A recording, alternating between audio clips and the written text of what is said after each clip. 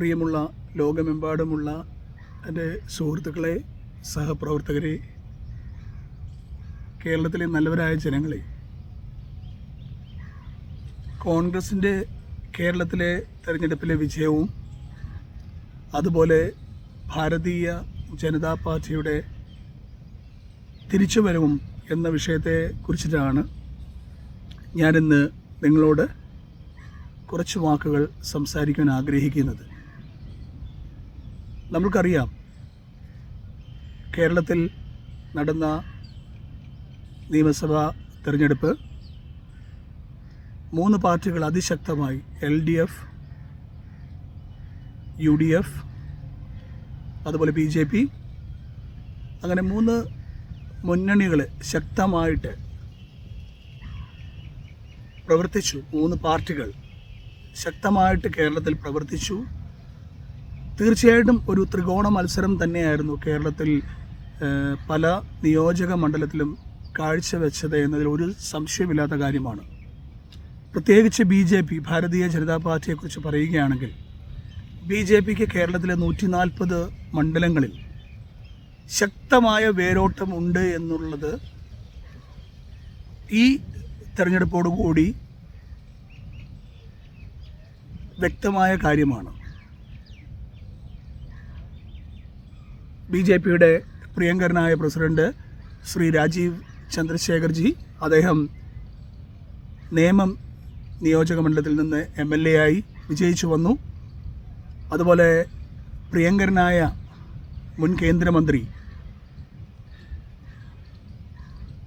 V Muraleedharan ji, അദ്ദേഹം കഴുക്കൂട്ടം നിയോജക മണ്ഡലത്തിൽ നിന്ന് വിജയിച്ചു വന്നു.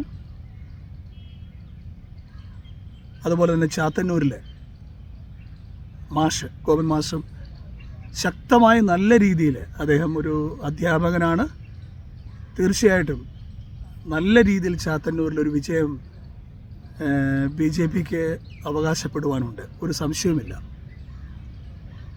അങ്ങനെ 3 MLAമാർ ഭാരതീയ ജനതാ പാർട്ടിക്ക് ചരിത്രത്തിൽ ആദ്യമായി മുൻപോട്ട് വന്നിരിക്കുകയാണ്. അതൊരു വിജയം തന്നെയാണ്, അതിലൊരു സംശയവുമില്ല. അതുപോലെ തന്നെ എനിക്ക് കമ്പയർ ചെയ്യാനുള്ളത് കോൺഗ്രസിൻ്റെ ശക്തമായ, അല്ല UDFിൻ്റെയും കോൺഗ്രസിൻ്റെയും വിജയത്തെക്കുറിച്ച് തന്നെയാണ്, ഒരു സംശയവുമില്ല. 100-ൽ പരം സീറ്റ് UDF കരസ്ഥമാക്കി. തീർച്ചയായിട്ടും UDFിൽ വിജയിച്ച എല്ലാ സ്ഥാനാർത്ഥികളെയും ഞാൻ അഭിനന്ദിക്കുന്നു.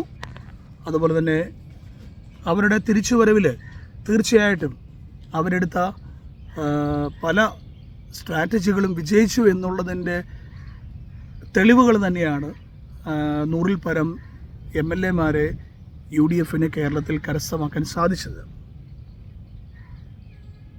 ഭാരതീയ ജനതാ പാർട്ടിയെക്കുറിച്ച് സംസാരിക്കുകയാണെങ്കിൽ, തീർച്ചയായിട്ടും കേരളത്തിലെ 140 മണ്ഡലത്തിലും ഒരു ത്രികോണ മത്സരം തന്നെ ഏറെക്കുറെ എല്ലാ മണ്ഡലങ്ങളിലും കാഴ്ചവെക്കുവാൻ സാധിച്ചു.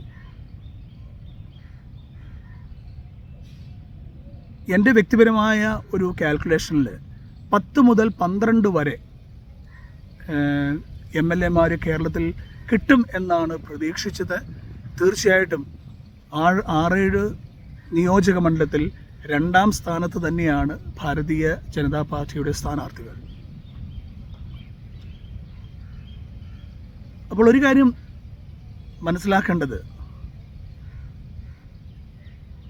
കേരളത്തിലെ ഈ തിരിച്ചുവരവ്, ഭാരതീയ ജനതാ പാർട്ടിയുടെ ഈ തിരിച്ചുവരവ് തീർച്ചയായിട്ടും അടുത്ത തെരഞ്ഞെടുപ്പിൽ ഇതിലും വലിയ മുന്നേറ്റം നടക്കും എന്നുള്ളതിന് ഒരു സംശയവുമില്ല. നമ്മൾക്കറിയാം, ഭാരതീയ ജനതാ പാർട്ടിക്ക് ഈ വർഷം കേരളത്തിൽ വീണ്ടും അക്കൗണ്ട് തുറക്കുവാൻ സാധിച്ചു എന്നുള്ളത് ഏറെക്കുറെ അഭിമാനമുള്ള ഒരു കാര്യമാണ്. മാത്രമല്ല, പല മണ്ഡലങ്ങളിലും നല്ല പോരാട്ടം കാഴ്ചവെച്ചു. പ്രവർത്തകരും അനുഭാവികളും നേതാക്കളുമെല്ലാം അതിനുവേണ്ടി ശക്തമായിട്ട് പ്രവർത്തിച്ചു എന്ന് തന്നെ വേണമെങ്കിൽ പറയാം.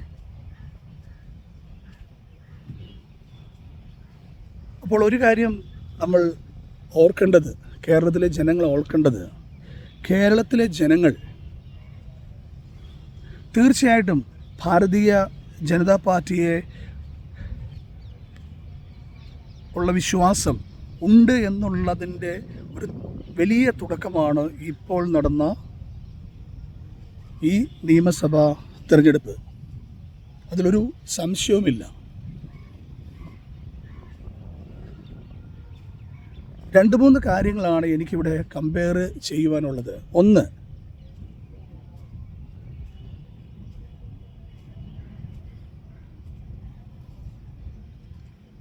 LDFൻ്റെ തോൽവി. നമ്മൾക്കറിയാം, ഒരു ഭരണവിരുദ്ധ വികാരം ഉണ്ട് എന്നുള്ളതാണ് ഇപ്പോൾ LDFൻ്റെ പരാജയത്തിൽ എല്ലാവരും ചൂണ്ടിക്കാണിക്കുന്ന ഒരു അവസ്ഥ. ശരിയായിരിക്കാം, ഭരണവിരുദ്ധ വികാരമില്ലെങ്കിൽ UDFന് 100-ൽ പരം സീറ്റുകൾ,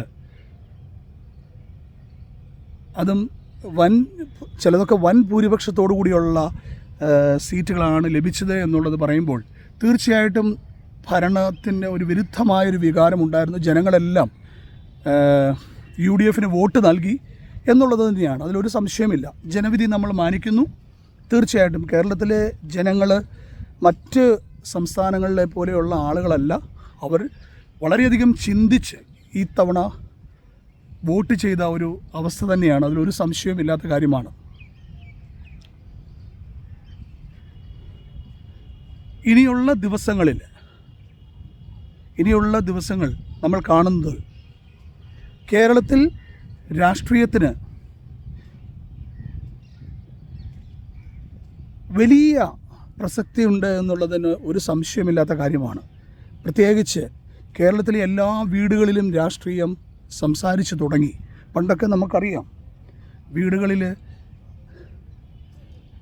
എല്ലാവരും രാഷ്ട്രീയമൊന്നും സംസാരിക്കില്ല. പക്ഷേ ഇപ്പോൾ ഇന്നത്തെ അവസ്ഥ അങ്ങനെയല്ല. സോഷ്യൽ മീഡിയയുടെ അതിപ്രസരം, ഓരോ ദിവസവും ഓരോ സെക്കൻഡും പല പല പ്രസ്താവനകൾ, അതുപോലെ നിരവധി വാർത്താ മാധ്യമങ്ങൾ, ചാനൽ ചർച്ചകൾ, അതുപോലെ ആയിരക്കണക്കിന് ചെറുതും വലുതുമായ ഓൺലൈൻ മലയാള ചാനലുകൾ, പിന്നെ സോഷ്യൽ മീഡിയ ഇൻഫ്ലുവൻസേഴ്സ്, അങ്ങനെ എന്താണ് പറയുന്നത്, മാധ്യമ ലോകം തന്നെ വേറെ ഒരു ലെവലിൽ തന്നെയാണ് ഇന്ന് കേരളം മാത്രമല്ല ലോകം മുഴുവനും മാറ്റം കൊണ്ടുവന്നുകൊണ്ടിരിക്കുന്നത്.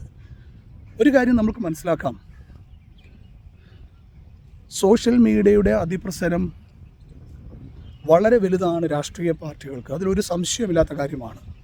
ഇന്നറിയാം, ഒരു സെക്കൻഡ് കൊണ്ട് ഫേസ്ബുക്ക്, ട്വിറ്റർ, ഇൻസ്റ്റഗ്രാം, അല്ലെങ്കിൽ യൂട്യൂബ്, അതുപോലെ ഓൺലൈൻ ചാനലുകൾ, ഇവരൊക്കെ ഒരു സെക്കൻഡ് കൊണ്ട് വാർത്തകൾ ജനങ്ങളിലേക്ക് എത്തിക്കുകയും അതൊരു സെക്കൻഡ് കൊണ്ട് ലോകം മുഴുവനും ആ വാർത്തകൾ നിറയുകയും ചെയ്യുന്ന ഒരു കാലഘട്ടത്തിലാണ് നമ്മൾ ജീവിക്കുന്നത്. അപ്പോൾ തീർച്ചയായിട്ടും പൊതുപ്രവർത്തകർക്ക് ചിന്തിക്കേണ്ടതായ ഒരു കാര്യം, അവർ ചെയ്യുന്ന ഓരോ കാര്യങ്ങളും ഒരു സെക്കൻഡ് കൊണ്ട് സോഷ്യൽ മീഡിയയിൽ കൂടെയും അല്ലെങ്കിൽ ചാനലിൽ കൂടെയും അല്ലെങ്കിൽ ഓൺലൈൻ മാധ്യമങ്ങൾ കൂടെയും ജനങ്ങളുടെ മുമ്പിലേക്ക് കടന്നു വരും എന്നുള്ളതാണ്. അപ്പോൾ അവരുടെ പ്രവർത്തനമൊക്കെ തീർച്ചയായിട്ടും വിലയിരുത്തപ്പെടും ഈ കാലഘട്ടത്തിൽ, അതിലൊരു സംശയവുമില്ല. ഇനിയുള്ള ദിവസങ്ങളിൽ ജയിച്ചു വന്ന ഓരോ MLA-മാരും അവരവരുടെ നിയോജക മണ്ഡലത്തിൽ ശക്തമായ പ്രവർത്തനങ്ങൾ കാഴ്ചവെക്കും എന്നതിനൊരു സംശയമില്ല. കാരണം എന്തുകൊണ്ടാണ് എന്ന് പറഞ്ഞാൽ, ജനങ്ങളോടൊപ്പം നിൽക്കുന്നവർക്ക് മാത്രമേ ജനങ്ങൾ വോട്ട് കൊടുക്കുകയുള്ളൂ എന്നുള്ള ഒരു സന്ദേശമാണ് ഈ ജനവിധി എന്ന് നമുക്ക് തന്നെ പറയേണ്ടതായി വരും. ജനങ്ങളോടൊപ്പം നിൽക്കുക എന്ന് പറയുന്നത് അക്രമത്തിനും അഴിമതിക്കും എതിരായ കാര്യങ്ങളാണ് ജനങ്ങൾ ആഗ്രഹിക്കുന്നത്. എന്നും അക്രമങ്ങളൊന്നും കേരളത്തിലെ ജനങ്ങൾ ആഗ്രഹിക്കുന്നില്ല, അഴിമതി ആഗ്രഹിക്കുന്നില്ല. ഇതൊക്കെ തുടച്ചു നീക്കപ്പെടണം. സമൂഹത്തിൽ നിന്നും രാഷ്ട്രീയത്തിൽ നിന്നും തുടച്ചു നീക്കപ്പെടണമെന്ന് ആഗ്രഹിക്കുന്ന ഒരു വ്യക്തി തന്നെയാണ് ഞാനും. ഒരു പൊതു പ്രവർത്തകൻ എന്നുള്ള രീതിയിൽ ഒത്തിരി കാര്യങ്ങൾ നമ്മുടെ ജനങ്ങൾക്ക് വേണ്ടി നമുക്ക് ചെയ്യുവാൻ സാധിക്കും കേരളത്തിൽ. തീർച്ചയായിട്ടും ജയിച്ചു വന്ന ഓരോ MLA മാർ, പ്രത്യേകിച്ച് ഭാരതീയ ജനതാ പാർട്ടിയുടെ പ്രിയങ്കരനായ പ്രസിഡന്റ് ശ്രീ രാജീവ് ചന്ദ്രശേഖർജി, അതുപോലെ മുരളിയേട്ടൻ, അതുപോലെ തന്നെ ഗോപൻ മാഷ, എല്ലാവരോടും ഞാൻ എൻ്റെ ആശംസകൾ അറിയിക്കുകയാണ്. അതുപോലെ ഞാൻ പ്രതിനിധാനം ചെയ്യുന്ന ഭാരതീയ ജനതാ പാർട്ടിയിലുള്ള എല്ലാ നേതാക്കളോടും പ്രവർത്തകരോടും, പ്രത്യേകിച്ച് കേരളത്തിലെ നല്ലവരായ ജനങ്ങളോടും എൻ്റെ ഹൃദയത്തിൽ നിന്നുള്ള നന്ദി ഞാൻ അറിയിക്കുകയാണ്. തീർച്ചയായിട്ടും ഒരു നല്ല നാളേക്ക് വേണ്ടി നമുക്കെല്ലാം ഒന്നിച്ച് പ്രവർത്തിക്കാം. നന്ദി, നമസ്കാരം, ജയ് ഭാരത്. Thank you.